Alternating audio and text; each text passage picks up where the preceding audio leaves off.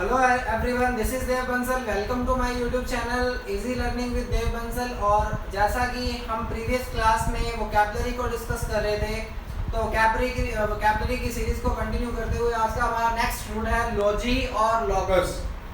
तो आपने इस पे बहुत सारे वर्ड सुने होंगे, जैसे सोशियोलॉजी, बायोलॉजी, जूलॉजी, साइकोलॉजी और इस तरीके से और भी जो वर्ड्स हैं जिनके लास्ट में लॉजी लिखा होता है, वो आपने डेफिनेटली, अगर आप चाहे स्कूल स्टूडेंट्स हैं चाहे कॉम्पिटिटिव एग्जाम्स की प्रिपरेशन करने हैं, आपने ये वर्ड्स तो सुने ही होंगे। तो इसको डिटेल में पढ़ते हैं ताकि ये लंबे टाइम तक हमें याद रहें। तो देखिए, जो लॉजी वर्ड जो है, लॉजी या जो लॉगस जो वर्ड है, लैटिन लैंग्वेज का वर्ड है, अर्लियर आपको बताया गया है। इसका जो इंग्लिश मीनिंग है, it means to study of something. किसी भी चीज की स्टडी करना, it's said to be logy और logos. So our first word is anthropology. So last class में हमने ये जो रूट है आपको डिस्कस की थी लास्ट वाली क्लास में, एंथ्रोपोफाइल में। एंथ्रोपोफाइल तो एंथ्रोपोस, यहाँ पे एक रूट है हमारी anthropos,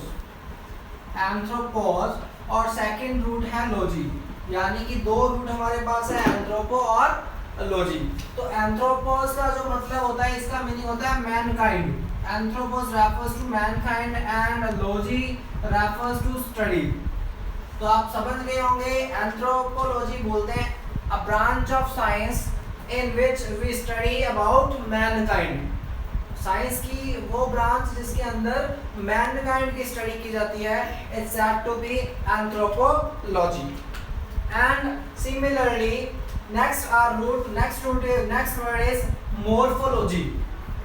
this is logy here again, and next another root is morph or morphous. So we have two roots here. Morphology में दो रूट है, एक तो morphous या morph, एंड सेकंड जो वर्ड है वो है लॉजी। लॉजी का मीनिंग बिल्कुल सेम रहेगा, चाहे वो कहीं पे भी यूज होगा। Logy means to study, and morphous और morph बोलते हैं किसी स्ट्रक्चर को, स्ट्रक्चर और shape, it's said to be morph और morphous। तो this is also a branch of science जिसमें चीजों का, किसी भी चीज की स्ट्रक्चर का अध्ययन किया जाता है, यानी कि संरचना विज्ञान या स्ट्रक्चर साइंस जिसको बोलते हैं। Morphology is a branch of science in which we study about the structure of any organism in detail. और इसी से मिलता हुआ मोर्फस, जैसे आपको बताया, मोर्फस का मतलब होता है स्ट्रक्चर, और इंग्लिश में जो रूट ए होती है या डी, ए और डी ई डी, ये जब किसी वर्ड के आगे लग जाते हैं तो इनका मीनिंग हो जाता है नॉट। तो एक हमारे पास एक नया वर्ड आ रहा है, अमॉर्फस। अमॉर्फस किसको बोलते हैं? ए का मीनिंग हुआ नॉट, एंड मॉर्फस का मतलब होता है स्ट्रक्चर। सो अमॉर्फस उस हर एक चीज को बोलते हैं जिसका कोई पर्टिकुलर शेप या साइज नहीं होता है, उसको बोलते हैं अमॉर्फस। विदाउट शेप और having no shape, it's said to be amorphous. Example के लिए, जैसे कि आप लोगों ने अगर अर्लियर क्लासेस में स्कूल टाइम में पढ़ा होगा, साइंस के अंदर एक यूज होता है ऑर्गेनिज्म जो कि पानी के अंदर रहता है, अमीबा। आपने अमीबा के बारे में पढ़ा होगा। तो अमीबा क्या होता है? अमीबा इज अमॉर्फिक ऑर्गेनिज्म, उसकी कोई पर्टिकुलर शेप नहीं होती है, तो उसको हम बोलते हैं अमॉर्फिक और amorphous. Amorphous refers to the things that has no shape. If I say God, हम सभी गॉड को, क्या हमने कोई गॉड को देखा नहीं है, तो गॉड की कोई शेप हमें पता नहीं है कि गॉड की स्ट्रक्चर कैसी है, वो दिखने में कैसा है, उसका रंग रूप कुछ नहीं पता, हमें उसकी स्ट्रक्चर नहीं पता है। तो god is also a amorphous creature, और we can say god is amorphic. Next हमारे पास जो रूट है, नेक्स्ट जो वर्ड है वो है एंथ्रोपोमॉर्फिज्म। एंथ्रोपो मीन्स मैनकाइंड, इसमें तीन रूट है, एंथ्रोपोस, मॉर्फ एंड इज्म। तो देखते हैं, एंथ्रोप, एक तो हुआ एंथ्रोपोस, सेकंड वर्ड है इसमें मॉर्फस और morph, and last one is ism. तो यहाँ पे हम कह सकते हैं कि जो एंथ्रोपोस है इसका मतलब हुआ मैनकाइंड, यानी कि ह्यूमैनिटी, और मॉर्फ का मतलब होता है स्ट्रक्चर, और is means follower, one who follow something is. और एंथ्रोपोमॉर्फिज्म का मतलब होता है कि जब हम भगवान का रूप दे देते हैं किसी इंसान को, to give a human structure, to give a man structure और a human structure to god, भगवान को किसी मनुष्य के अंदर मान लेना कि ये जो इंसान है, ये जो पर्सन है वो भगवान है, यानी कि भगवान को ह्यूमन का फॉर्म दे देना is said to be anthropomorphism, anthropomorphism. और नेक्स्ट वर्ड है हमारे पास इसी तरीके से जूमॉर्फिज्म। तो इसमें और जूमॉर्फिज्म और एंथ्रोपॉमॉर्फिज्म में ज्यादा फर्क नहीं है। जैसा कि एंथ्रोपोस का मतलब है मैनकाइंड, इसी तरीके से जू, तो जू तो हमें सभी को पता है चिड़ियाघर को बोलते हैं, लेकिन जू का जो वास्तविक जो साइंस की टर्म में अगर देखेंगे तो इसका मीनिंग होता है जानवर या एनिमल्स। तो जूमॉर्फिज्म मींस गॉड को, भगवान को किसके रूप में मानना, to give a god structure to animal, और यू कैन से किसी एनिमल को क्या मान लेना, भगवान मान लेना कि ये जो एनिमल है यही हमारा भगवान है। जैसे हम मानते हैं कि गाय हमारी माता है, जो लोग बिलीव करते हैं, हिंदुइज्म में ये बिलीव किया जाता है कि जो काव है वो जो है वो वर्शिप करने लायक है या उनकी वर्शिप की जाती है। तो ये एक तरीके का जूमॉर्फिज्म के अंदर आता है। नेक्स्ट वर्ड है थियोलॉजी। लॉजी का मतलब आपको पता है स्टडी है, और थियो का मतलब होता है गॉड या फिर रिलीजन। थियो और थी का मतलब होता है गॉड या फिर रिलीजन। तो ब्रांच, ऐसी ब्रांच साइंस की जिसके अंदर भगवान या धर्म की स्टडी की जाती है। Branch of science in which we study about religious books, sacred books, और you can say god is said to be theology. I hope कि आपको समझ में आ रहा है। ये कुछ वर्ड्स हैं, इसके अलावा और भी बहुत सारे वर्ड्स हैं। जैसे कि आपको एक बहुत ही इजी सा एग्जांपल और दे रहा हूँ मैं यहाँ पे। जैसे एक वर्ड है सोशियोलॉजी। तो अगर हमें सोशियोलॉजी का मीनिंग नहीं पता, अगर हम पूछेंगे सोशियोलॉजी होता क्या है, तो डेफिनेटली सोशियोलॉजी क्या है, दो वर्ड से मिलकर बना है। लॉजी मतलब स्टडी कर रहे हैं, किसी ना किसी चीज की स्टडी से रिलेटेड है। और सोशो में क्या है, SOCIO, socio refers to society, it means study of society. तो सोशियोलॉजी में हम क्या पढ़ते हैं, हम स्टडी साइंस की, तो हम सोसाइटी की तो स्टडी करते हैं ना, कि सोसाइटी में क्या कुछ हो रहा है, सोसाइटी के अंदर हमारे जो जितने भी लोग रहे हैं, जो सिटीजन है किसी कंट्री के, उनको क्या क्या, उनको लॉज को कैसे कैसे लॉज को फॉलो करना है, कौन कौन से लॉज उन पे इम्प्लीमेंट होंगे। तो ये सारी जो चीज़ें जो एक सोसाइटी में रहने के लिए हमें पढ़नी होती हैं, हम वो सोशियोलॉजी में तो पढ़ते हैं। इसी तरीके से एक जो वर्ड और है, मैं आपको यहीं पे ऊपर ही लिख दे रहा हूँ। एक वर्ड है बायोलॉजी। तो biology, logy means study, bio का मतलब होता है लाइफ, बायो मतलब लाइफ। तो ये बायोलॉजी में हम क्या पढ़ते हैं, बायोलॉजी में हम वो सब पढ़ते हैं जिनके अंदर लाइफ होती है। हम उन हर एक चीज के बारे में स्टडी की जाती है जिसके अंदर लाइफ होती है, यानी कि एनिमेट चीजें जितनी भी होती हैं, जितनी भी चीजें सजीव होती हैं, जिनमें लाइफ होती है, उन सब की स्टडी करते हैं, चाहे वो एनिमल हो, चाहे वो प्लांट हो, चाहे वो ह्यूमन भी हो। So a branch of science in which we study about life is said to be biology. And another word is, I am writing it over here, next word is zoology.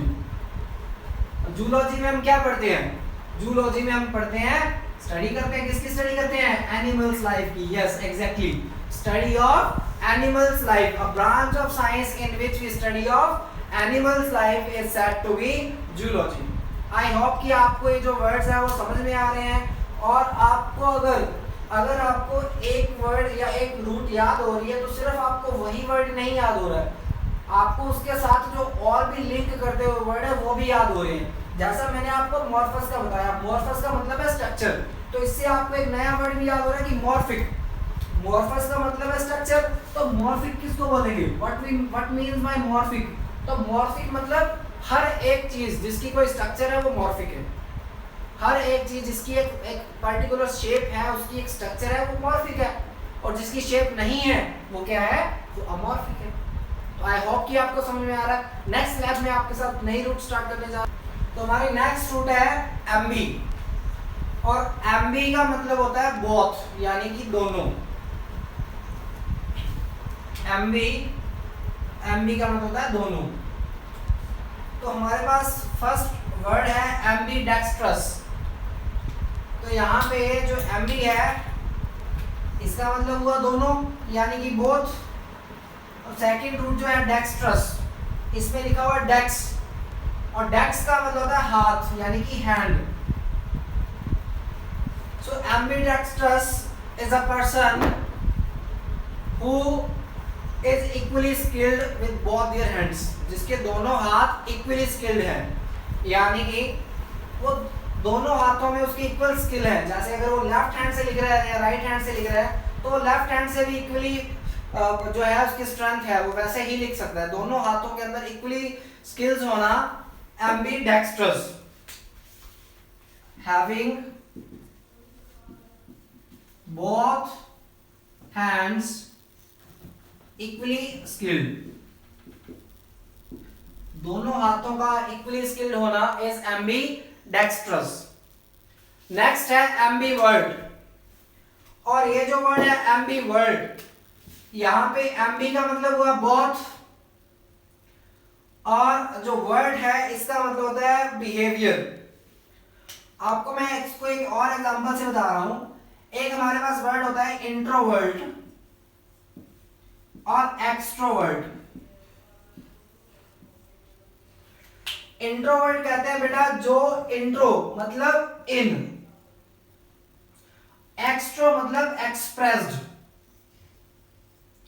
तो introvert ऐसे behaviour को कहते हैं जो लोग अपने आप में गुमसुम है, यानी कि जिनको ज्यादा फ्रेंडली होना अच्छा नहीं लगता, वो खुद में खोए हुए रहते हैं, उनको ज्यादा दोस्त बनाना पसंद नहीं है, वो अकेले खुद अपने आप में मस्त हैं, वो लिमिटेड बोलते हैं, वो ज्यादा बोलते नहीं है, वो होते हैं इंट्रोवर्ट। अगर कोई इंसान ज्यादा बोलता नहीं है, ज्यादा दोस्त नहीं बनाता, वो अपना अकेला रहता है और उसको ज्यादा फ्रेंडली या सोशिएबल नहीं है, वो सोशल बटरफ्लाई नहीं है, तो उसको हम बोलते हैं इंट्रोवर्ट। और इसका एंटोनिम है, इसका ऑपोजिट है एक्सट्रोवर्ट। ऐसा पर्सन जिसको बहुत ज्यादा लोगों के बीच में रहने की आदत है, दोस्त बनाने का शौक है, सोसाइटी में लोगों से घुल मिल कर रहने का शौक है, वो एक्सट्रोवर्ट है, वो एक्सप्रेस्ड है, वो एक सोशल बटरफ्लाई है। हम एक वर्ड यूज कर सकते हैं उसके लिए, सोशल बटरफ्लाई। और इसी से मिलकर जो तीसरा वर्ड जो मैं आपको डिस्कस करने जा रहा हूं वो है एम्बीवर्ट। तो एम्बी का मतलब है बोथ, और ऐसा पर्सन जिसके अंदर ये दोनों क्वालिटीज है, इंट्रोवर्ट की भी है और एक्सट्रोवर्ट की भी है, जो सिचुएशन के अकॉर्डिंग खुद को मोल्ड कर लेता है। अगर उसके सामने कोई ऐसे लोग बैठे हैं जो एक्सप्रेस्ड है तो वो भी एक्सप्रेसिव मोड पे आ जाता है, अगर वो ऐसे लोगों के पास है जो इंट्रोवर्ट है तो वो भी कम बोलता है। तो दोनों का जो क्वालिटी होना, the characteristics of being introvert and extrovert both are said to be ambivert। जिसके अंदर इंट्रोवर्ट और एक्सट्रोवर्ट दोनों ही क्वालिटीज हैं वो बोला जाता है एम्बीवर्ट। आई होप कि आपको समझ में आ रहा है, वेरी गुड। नेक्स्ट वर्ड है एम्बीसेक्सुअल। यहां पे एम्बीसेक्सुअल, एम्बी का मतलब बिल्कुल both, sexual that is related to sex and means male or female. So a person who gets attracted of both the sexes, who gets attracted by both the sexes whether male or female, it's said to be ambisexual. A kind of attraction, you can say a kind of attraction for both sexes, दोनों sexes के लिए जो है attraction होना, it's said to be ambisexual. Our next word is ambiguous or we can say ambiguity. हम इसके लिए एक दूसरा वर्ड भी यूज कर सकते हैं, ambiguity। तो यहां पे ambi का मतलब हुआ बोथ और ambiguous का मतलब होता है जो चीजें क्लियर नहीं है, that gives you multiple meanings।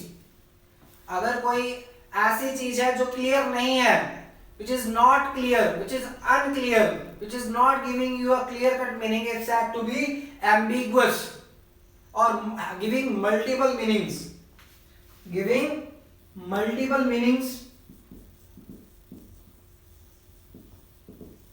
or you can say unclear। We can also say it as vague। हम इसको ये भी बोलते हैं VAGUE वेग, और हेज HAZD हेज, इसका मतलब भी होता है अनक्लियर। जो चीजें क्लियर नहीं होती हैं they are ambiguous. And the last word is ambigender. Ambigender is a person or a personality that has both the sexes. जो दोनों सेक्सेस उसके अंदर होते हैं, वो मेल की क्वालिटीज भी होती हैं, फीमेल की क्वालिटीज भी होती हैं, said to be ambigender. Having both the genders, male and female. उम्मीद करता हूं कि आपको ये क्लास समझ में भी आ रही है, और आपको अगर समझ में आ रही है, पसंद आ रही है, तो आप प्लीज़ लाइक कीजिए, मेरी वीडियोस को आप शेयर कीजिए अपने ग्रुप्स में, और चैनल को सब्सक्राइब कीजिए। कल आपको फिर मिलेंगे एक नई वीडियो के साथ, तब तक के लिए thank you so much. Stay home, stay safe.